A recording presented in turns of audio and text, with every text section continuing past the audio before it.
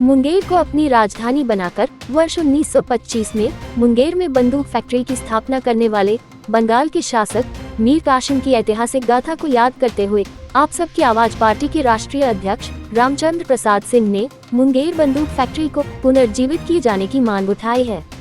मुंगेर के नगर भवन में आयोजित आशा पार्टी के कार्यकर्ता सम्मेलन के दौरान आरसीपी सिंह ने मुंगेर बंदूक फैक्ट्री का मुद्दा उठाते हुए कहा कि मुंगेर की बंदूक इंडस्ट्री आज अंतिम सांसें गिन रही है। स्थापना काल में 36 इकाइयों से शुरू हुई यह इंडस्ट्री अब महज 4 इकाइयों तक सिमट कर रह गई है। राज्य सरकार यदि मुंगेर बंदूक फैक्ट्री को पुनर्जीवित कर देती है तो यहाँ के हुनरमंद कारीगरों को रोजगार का अवसर प्राप्त होगा, युवाओं को नई कला से अवगत होने का मौका मिलेगा, साथ ही साथ रोजगार के अन्य अवसर भी बढ़ेंगे।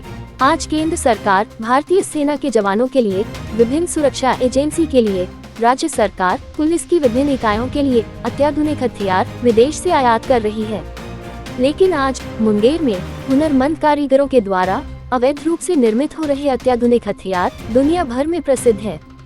यदि सरकार इन्हें रोजगार देकर इनके हुनर का इस्तेमाल करे तो भारत हथियार के क्षेत्र में सबसे बड़ा निर्यातक देश बन सकता है। क्या कुछ कहा आप सबकी आवाज पार्टी के राष्ट्रीय अध्यक्ष आरसीपी सिंह ने, सुनिए विस्तार से। मुंगेर का है कि नहीं फेमस है? मैं डीएम रामपुर में भी था, उत्तर प्रदेश में। रामपुर का है कि नहीं फेमस है बताइए जरा। रामपुरी चाकू, इतना लंबा लंबा चाकू है। और जब मैं पहली बार गया तो वहां के लोग मुझे मिलने जब आए तो मुझे भेंट किया चाकुओं का पूरा सेट। 3 दर्जन तरह के चाकू थे, इतने बड़े से इतना बड़ा। अब मैं कह रहा यार कुछ और नहीं मिला, यही मिला। बोला साहब यही हमारी पहचान है। अब मुंगेर की क्या पहचान थी? मुंगेरिया बंदूक, बिल्कुल ये कोई गलत सोच नहीं थी। आप जरा समझिए कि जब ईस्ट इंडिया कंपनी के खिलाफ लड़ा थे लोग, इसमें मीर कासिम का उनका समय था, तो कैसे मुकाबला किया था? अंग्रेजों की बंदूक से, अपनी बंदूक से। और मुंगेर में ऐसे हमारे हजारों मिस्त्री हैं जिनको इस बात का पूरा अनुभव है। इसमें शर्म करने की क्या बात है? बिना बंदूक के सुरक्षा हो सकती है क्या? बताइए। बैंक में अगर बंदूक लिए गार्ड खड़ा नहीं रहे तो उसको लूटने में कितना देर लगेगा? वैसे मेरे लूट लेता है लोग, लेकिन अगर नहीं रहेगा तो कितना देर लगेगा? अंचल में गार्ड बंदूक लेके नहीं रहेगा तो ट्रेजरी बची रहेगी।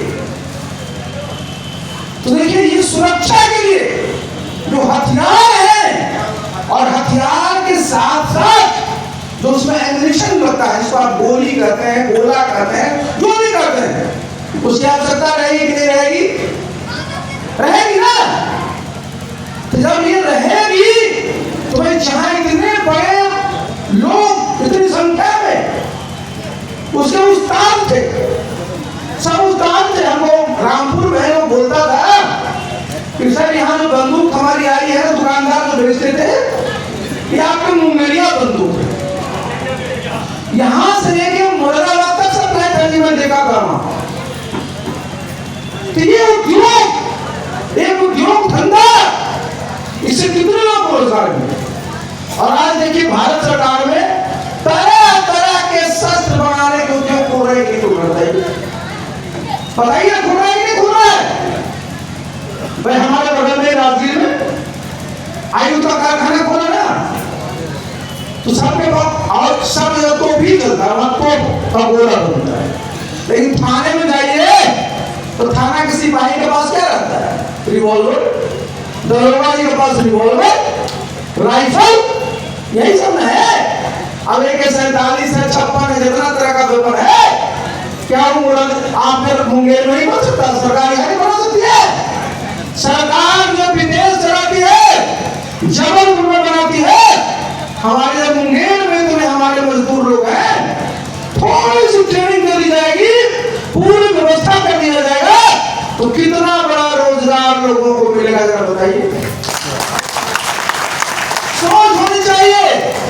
देखिए आप जरा समझिए, आज क्या है, जब चुनाव आएगा तो चुनाव आयोग की नजर कहां रहती है, बताइए? मुंगेर पर। कहा है कि साहब अवैध असलहे बनेगा, अवैध हथियार बने। भाई जब हमारे लोगों के हाथ में हुनर है तो उस हुनर का सदुपयोग होना चाहिए कि होना चाहिए? भाई हम लोग को मांग रखनी चाहिए कि नहीं? बिल्कुल। तो केंद्र सरकार से मांग रखनी पड़ेगी हम लोगों को कि मुंगेर में भी एक जिस प्रकार का आपका कारखाना बनाना हो, जिस प्रकार की आपको बंदूक राइफल एमुनिशन बनाना हो, उसका कारखाना मुंगेर में खोला जाए और उसमें मुंगेर के लोगों को प्राथमिकता दिया जाए, जिससे हमारे मुंगेर के लोगों को रोजगार देगा। ये यहाँ पर था। आप आइए आईटीसी, आईटीसी का यही ना है, लेकिन आईटीसी जितना आज इस प्रदेश के बाहर बढ़ा है, आईटीसी कृषि में भी काफी काम करता है, उद्योग में भी काफी काम करता है, और मुंगेर से लगा हुआ है आईटीसी का।